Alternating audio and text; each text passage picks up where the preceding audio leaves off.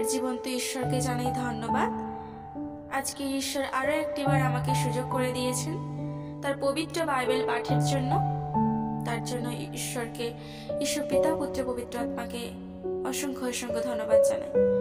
ঈশ্বরের সন্তানেরা, আমি বিশ্বাস করি যে আপনারা সবাই সুস্থ আছেন, ভালো আছেন। প্রভু আপনাদের ভালো রেখেছে। ঈশ্বর আপনাদের আরো ভালো রাখুন। আজকে যে বাইবেল পাঠ আমি নিয়ে এসেছি তা হলো ফিলিপিও তার 4 অধ্যায় 4 পদ থেকে 9 পদ। তাহলে চলুন ঈশ্বরের বাক্য শ্রবণ করি।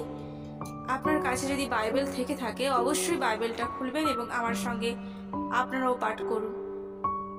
ঈশ্বরের এই বাক্যের মধ্যে লুকিয়ে আছে প্রভুর আশীর্বাদ। চলুন তাহলে ঈশ্বরের পবিত্র বাইবেল পাঠ করি। ফিলিপিও তার 4 অধ্যায় 4 পদ থেকে 9 পদ। প্রভুতে আনন্দ। তোমরা প্রভুতে সর্বদা আনন্দ করো। পুনরায় বলিব, আনন্দ করো। তোমাদের শান্ত ভাব মনুষ্য মাত্রের বিদিত হোক।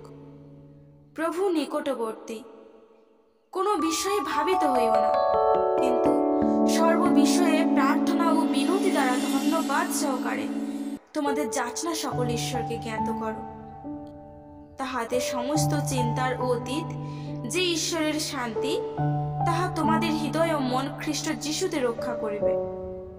অবশেষে হে ভাতৃগণ, যাহা যাহা সত্য, যাহা যাহা আদরণীয়, যাহা যাহা ন্যায্য, যাহা যাহা বিশুদ্ধ এবং যাহা যাহা প্রীতিজনক, যাহা যাহা সুখ্যাতিযুক্ত, যে কোনো সদ্গুণ ও যে কোনো কীর্তি হোক, সেই সকল আলোচনা করো।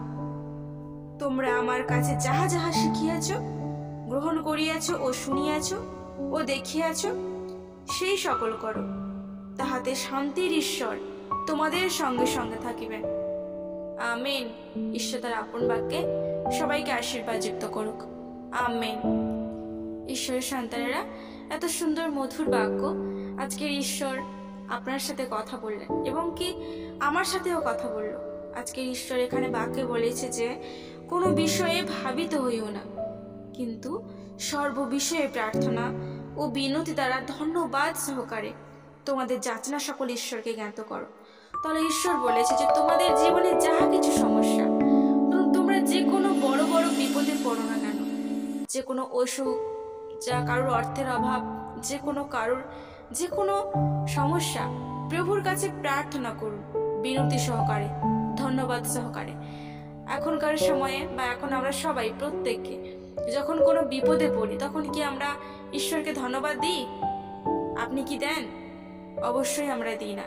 যখন আমরা বিপদে পড়ি মনে মনে এরকমই ভাবি যে তোর ঈশ্বর আমাদের পাশেই নেই, আমাদের পাশে কেউ নেই, আমরা একা হয়ে গেছি, আমরা এই বিপদ থেকে বার হব কি করে।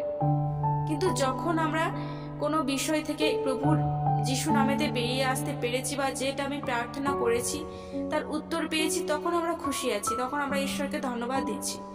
কিন্তু কোনো বিপদ হলেই আমরা ঈশ্বরকে ধন্যবাদ দিতে ভুলে যাই। ঈশ্বরের সন্তানেরা, এখানে ঈশ্বরের বাক্য বলেছে তোমরা যে কোনো বিপদে পড়ো না কেন, জীবনে যত সমস্যা আসুক না কেন, সেখানে মাথা ঠান্ডা রেখে তোমরা আমার কথা মনে করবে, ঈশ্বরের কথা মনে করতে বলেছে।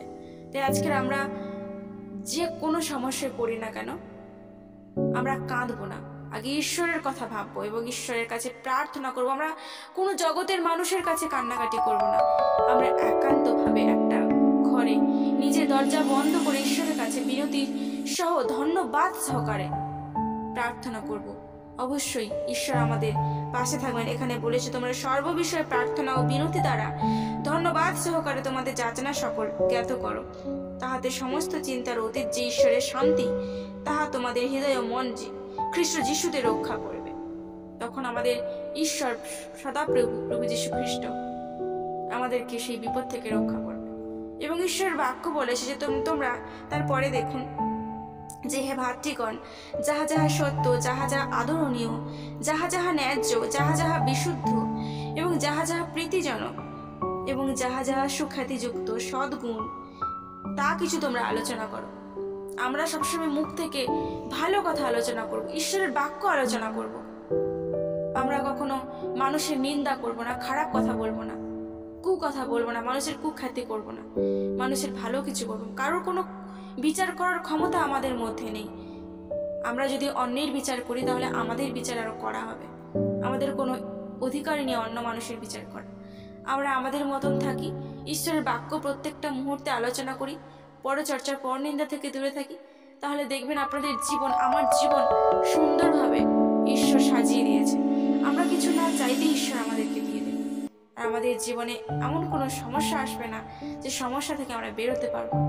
তার পথ স্বয়ং হলেন আমাদের জীবনে, খ্রিস্ট বিশ্বাসীদের জীবনে যত বিপদ আসুক না কেন, সেই বিপদ থেকে বেরিয়ে আসার পথ হলো প্রভু যীশু খ্রিস্ট। যেখানে খ্রিস্ট আমাদের সঙ্গে আছে সেখানে আমাদের ভয় কিসের? বিশ্বাস করি ঈশ্বরের সন্তানেরা, ঈশ্বর আপনাদের অনেক আশীর্বাদ করেছে বাক্যের মধ্য দিয়ে। তার জন্য মহান ঈশ্বরকে আমি ধন্যবাদ জানাই। তাই আপনারা অনেক ভালো থাকুন, সুস্থ থাকুন। ঈশ্বর তার আপন বাক্যে সবাইকে আশীর্বাদ যুক্ত করুক। আমিন।